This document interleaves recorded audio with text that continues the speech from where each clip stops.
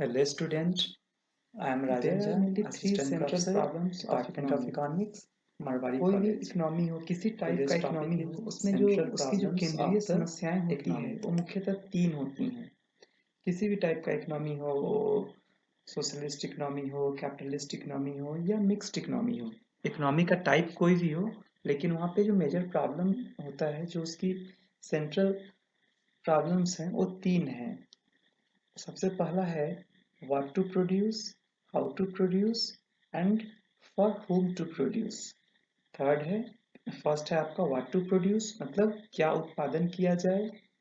Second है how to produce कैसे उत्पादन किया जाए। और थर्ड है फॉर whom टू प्रोड्यूस किसके लिए उत्पादन। तो सबसे फर्स्ट है व्हाट टू प्रोड्यूस मतलब क्या उत्पादन किया जाए। तो अब इकोनॉमी में क्या है कि हमारे सामने रिसोर्स की स्कार्सिटी होती है। कई गुड्स एंड सर्विसेज का रिक्वायरमेंट होता है इकोनॉमी में, लेकिन साइमल्टेनियसली सारे गुड्स को प्रोड्यूस नहीं किया जा सकता है एक साथ। तो वहाँ पे क्या करना है, आपको चॉइस है, आपको चूज करना पड़ता है कि किस कमोडिटी का प्रोडक्शन करे, किसका प्रोडक्शन नहीं करे, किसका प्रोडक्शन ज़्यादा करे, किसका प्रोडक्शन कम करे। जैसे कोई भी इकोनॉमी है, वहाँ पे एग्रीकल्चरल प्रोडक्ट ज़्यादा चाहिए या इंडस्ट्रियल प्रोडक्ट, डिफेंस गुड्स चाहिए या सिविलियन गुड्स चाहिए। तो आपको इनके बीच में एक क्लैरिटी रखना पड़ता है किसी भी सरकार को, किसी भी अथॉरिटी को, कि क्या प्रोड्यूस करना है। हमारे लिए दोनों महत्वपूर्ण होता है, लेकिन हमारे रिसोर्स जो है ना वो लिमिटेड हैं। तो लिमिटेड रिसोर्स से जरूरी नहीं है कि जितना डिफेंस गुड्स चाहिए उतना करे और जितना हमें सिविलियन गुड्स चाहिए उतना भी हम प्रोड्यूस कर ले। तो यहाँ पे बैलेंस करना होता है कि किसकी रिक्वायरमेंट कितनी अधिक है। तो नेसेसिटी के अकॉर्डिंग हम प्रायोरिटी बेस पे प्रोडक्शन में जो रिसोर्स को एलोकेट करते हैं। रिसोर्स का एलोकेशन जो है एक इम्पॉर्टेंट एस्पेक्ट है किसी भी इकोनॉमी के लिए, कि रिसोर्स को आप किस तरीके से एलोकेट करते हैं।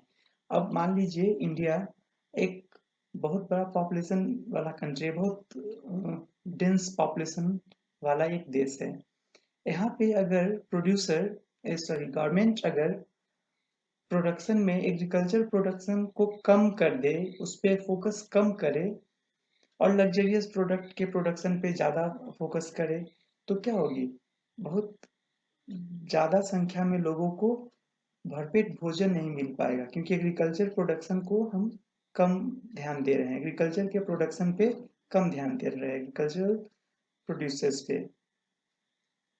और चूंकि गरीबी ही मान लीजिए अधिक है इस देश में, तो हमारे लिए सबसे पहला प्रायोरिटी होता है कि हम पूरे पॉपुलेशन के लिए फूड के रिक्वायरमेंट को पहले फुलफिल करें, फिर हम दूसरे सेक्टर को देखें। तो इस तरह से होता है कि आपको क्या प्रोड्यूस करना है।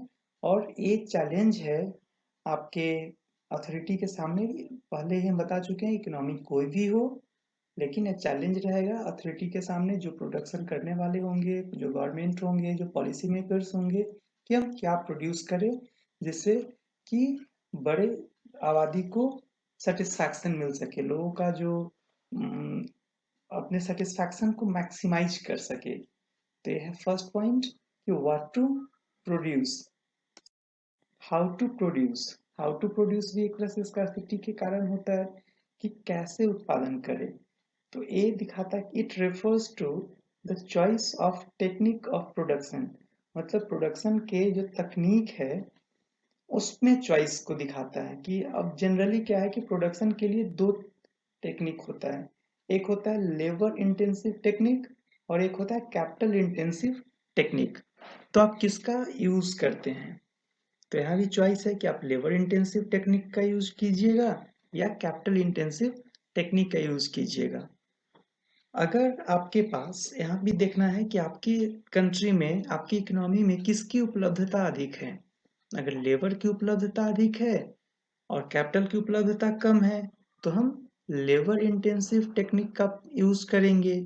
और जिस इकोनॉमी में कैपिटल की अधिकता होगी, कैपिटल ज्यादा अमाउंट में अवेलेबल होगा और लेबर कम अमाउंट में अवेलेबल होगा, तो वैसे इकोनॉमी में क्या करेंगे, हम कैपिटल इंटेंसिव टेक्निक का प्रोडक्शन करेंगे। तो लेबर इंटेंसिव टेक्निक का क्या मतलब है कि लेबर का ज्यादा इस्तेमाल और कैपिटल का कम इस्तेमाल हम करेंगे। अब मान यहाँ भी चॉइस हो गया कि आप जैसे भारत में लेबर अबंडेंस है, लेबर की अधिकता है, तो लेबर की अधिकता वाले देश में अगर हम कैपिटल इंटेंसिव टेक्निक का यूज करेंगे तो कैपिटल रिलेटेड प्रोडक्ट अगर हम प्रोड्यूस करेंगे तो क्या होगा, काफी कॉस्टली होगा, क्योंकि हमारे देश में कैपिटल जो है ना वो कॉस्टली है क्योंकि उसकी अवेलेबिलिटी कम है। और वही अगर हम यूएस का इकोनॉमी मान ले कि यूएस की इकोनॉमी में हम मान के चलते हैं कि वहां पे लेबर की स्कार्सिटी है और कैपिटल अबंडेंस है, तो वैसे इकोनॉमी में वो क्या करेंगे कि वो अगर लेबर इंटेंसिव प्रोडक्शन करेंगे तो वो काफी कॉस्टली हो जाएगा। तो बेटर होता है किसी भी इकोनॉमी के लिए कि उनके पास जिसकी अवेलेबिलिटी ज्यादा हो उस टेक्निक का वो प्रयोग करे। अगर लगता है कि इकोनॉमी में लेबर अधिक है तो हम लेबर का प्रयोग करेंगे। जैसे इंडिया में क्या है कि लेबर की अधिकता है तो हम लेबर इंटेंसिव टेक्निक का यूज करेंगे कि कोई भी काम में कोई भी प्रोडक्शन करेंगे किसी भी कमोडिटी का या उसी तरह के कमोडिटी का प्रोडक्शन करेंगे जिसमें ज्यादा मात्रा में लेबर का इस्तेमाल हो, कम मात्रा में कैपिटल का इस्तेमाल हो। जैसे टेक्सटाइल, एग्रीकल्चर, कारपेट है, इससे रिलेटेड जो भी उद्योग हैं उसमें क्या होता है कि लेबर का ज्यादा इस्तेमाल है और कैपिटल का कम इस्तेमाल है। तो इंडिया के लिए बेटर होगा कि हम लेबर इंटेंसिव टेक्निक का यूज करें कि कम से कम लेबर लगे, सॉरी ज्यादा लेबर लगे और कम तकनीक का प्रयोग। इससे क्या होगा कि आप एम्प्लॉयमेंट भी आपके यहाँ बढ़ेगा। लेबर इंटेंसिव टेक्निक में क्या है कि एम्प्लॉयमेंट को प्रमोट करने वाला सिस्टम है। और इंडिया में दोनों प्रॉब्लम है कि एक तो आपके पास कैपिटल की कमी है और दूसरा कि पॉपुलेशन बहुत ज्यादा है, बहुत अधिक पॉपुलेशन है इस कंट्री में। तो एम्प्लॉयमेंट भी एक चैलेंज है कि आप कितने कैसे ज्यादा से ज्यादा लोगों को एम्प्लॉयमेंट प्रोवाइड करेंगे। तो एम्प्लॉयमेंट प्रोवाइड करने के लिए आपको क्या करना होगा, ये लेबर इंटेंसिव टेक्निक का ही यूज करना होगा। इससे आपका अनएम्प्लॉयमेंट का भी प्रॉब्लम सॉल्व आप कर सकते हैं और दूसरी तरफ आप जो प्रोडक्शन कर रहे हैं, जो जैसे आप टेक्सटाइल इंडस्ट्री में हैं या मान लीजिए एग्रीकल्चर का प्रोडक्शन है, फूड प्रोसेसिंग है, इन सब में हम लेबर का इस्तेमाल बेटर बेटर तरीके से कर सकते हैं और कैपिटल की कमी को भी हम लेबर के माध्यम से, लेबर के अधिकता से हम उसको पूरा कर सकते हैं। कैपिटल इंटेंसिव में क्या होता है कि वो इफिशियंसी को प्रमोट करता है, उससे ग्रोथ प्रमोट होता है, क्योंकि कैपिटल से प्रोडक्शन होना है तो ज्यादा इफिशियंट प्रोडक्शन होगा। ये हम सबको ही जानते हैं कि अगर प्रोडक्शन में आप मशीन से किसी कमोडिटी को प्रोड्यूस करते हैं जहाँ पे काफी प्रिसाइज प्रोडक्शन होता है, प्रिसाइज प्रोडक्शन टेक्निक्स हैं, वो कैपिटल बेस्ड हैं। अब कंप्यूटर का मदरबोर्ड जो है या जो चिप होता है वो कैपिटल इंटेंसिव टेक्निक मतलब ज्यादा प्रिसाइज टेक्नोलॉजी का यूज करके बन सकता है। उसमें लेबर की अधिकता से आप उसके प्रोडक्शन को नहीं बना सकते हैं। या जो भी हाई एंड टेक्नोलॉजिकल गुड्स बनते हैं वो लेबर एबंडेंस नहीं होते हैं, उसका कैपिटल की ज्यादा मात्रा में वहाँ पे उपयोग, मतलब कैपिटल का उपयोग ज्यादा मात्रा में वहाँ पे किया जाता है। तो इस बात को ध्यान रखना है कि उससे क्या होता है कि ज्यादा लार्ज स्केल पे प्रोडक्शन होता है। जैसे कि आप देखते होंगे कि जिस कोई एक समय होगा कि जब सब कुछ जो प्रोडक्शन हमारे यहाँ हो रहा था वो लेबर से हो रहा था, और जैसे जैसे आप लेबर के जगह पे कैपिटल का यूज करना शुरू कर दिया, मतलब मशीन का यूज आपने शुरू किया, मशीन का इस्तेमाल आपने बढ़ा दिया, तो प्रोडक्शन ज्यादा होने लगा, उसके क्वांटिटी, उसके क्वालिटी, ये सब कुछ इम्प्रूव किया। तो यहाँ पे जब कैपिटल इंटेंसिव टेक्निक का यूज करते हैं तो आप काफी इफिशियंट प्रोडक्शन करते हैं और इकोनॉमी का ग्रोथ उसमें थोड़ा ज्यादा होगा। और लास्ट है फॉर होम टू प्रोड्यूस, किसके लिए उत्पादन किया जाए। अब क्या है कि ये डिस्ट्रीब्यूशन से रिलेटेड इशू है। पहला जो दो प्रॉब्लम देखे हैं, what to produce, how to produce, ये रिलेटेड है स्कार्सिटी से, क्योंकि वहां पे चॉइस का मामला था आपका कि आपको चूज करना था कि किस कम्युनिटी का प्रोडक्शन करेंगे, किस उत्पादन तकनीक का प्रयोग करेंगे, तो वहाँ चॉइस था। यहाँ पे क्या है कि डिस्ट्रीब्यूशन है कि अब आप प्रोडक्शन करते हैं तो किसके लिए प्रोडक्शन कर रहे हैं।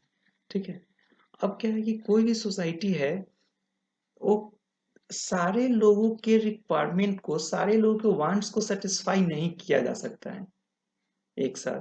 तो इसमें क्या होगा कि जो भी गुड्स एंड सर्विस प्रोड्यूस हो इस तरीके से हो कि ज्यादातर लोगों की भलाई हो सके।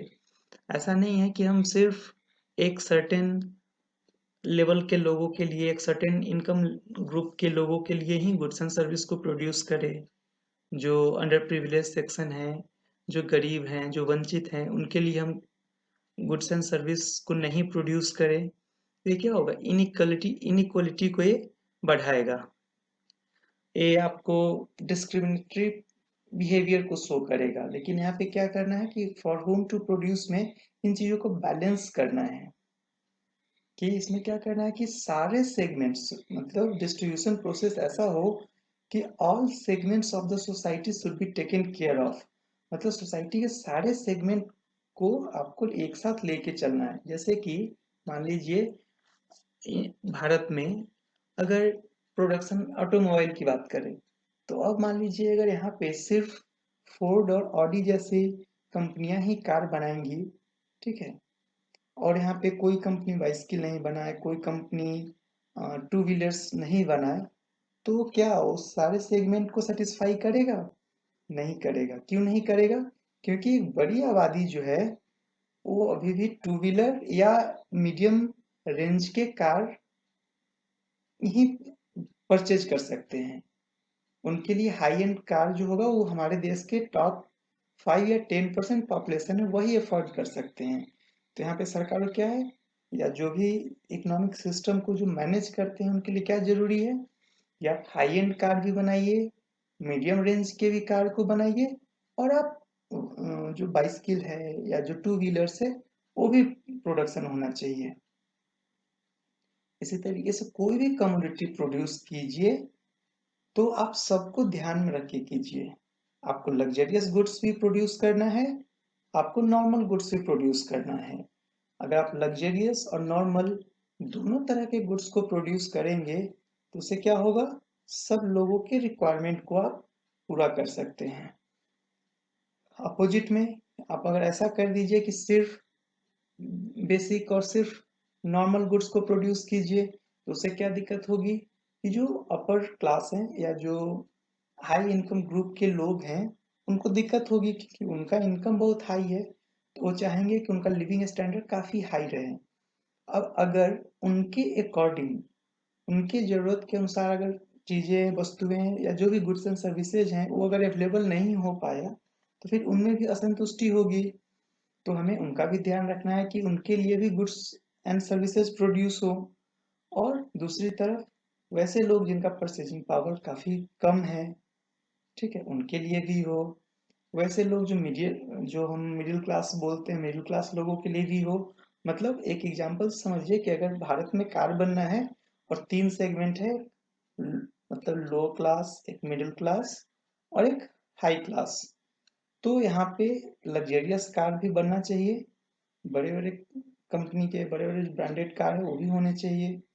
हाई एंड कार जो है फिर मीडियम रेंज के लोगों के लिए भी होना चाहिए कि जो वो अफोर्ड कर सके, और फिर जो लो लेवल के लोग हैं उनके लिए भी होना चाहिए। अब ऐसा नहीं हो कि सरकार सिर्फ अलाउ कर दे कि बस सिर्फ और सिर्फ मीडियम रेंज का कार ही इकोनॉमी में प्रोड्यूस होगा, या प्रोड्यूसर भी सिर्फ और सिर्फ मीडियम लेवल के कार को ही मैन्युफैक्चर करे। तो क्या हो जाएगा कि मिडिल क्लास के लिए तो, मिडिल क्लास को तो प्रॉब्लम नहीं होगी लेकिन हायर क्लास को और लोअर क्लास के लोगों को काफी दिक्कत होगा। तो इन सब को ध्यान में रखते हुए यहाँ पे आपको क्या प्रोड्यूस करना है, कैसे प्रोड्यूस करना है, उसके बाद जो सबसे मेजर प्रॉब्लम है किसके लिए प्रोड्यूस करना है, मीन्स गुड्स एंड सर्विस का डिस्ट्रीब्यूशन कैसा हो। ठीक है, गुड्स एंड सर्विस का डिस्ट्रीब्यूशन जो हो वो इक्वलिटी को प्रमोट करने वाला हो। जो सोसाइटी में इनइक्वलिटी है उस इनइक्वलिटी को फुलफिल करे, मतलब इनइक्वलिटी का जो गैप है, जो रिच और पुअर का गैप है, उस गैप को मतलब फिल करे। आपका डिस्ट्रीब्यूशन सिस्टम ऐसा नहीं हो कि ज्यादा से ज्यादा, मतलब कुछ सर्टेन परसेंटेज पॉपुलेशन के पास बहुत ज्यादा इनकम हो और बहुत बड़े पॉपुलेशन के पास बहुत थोड़ा सा इनकम बचे।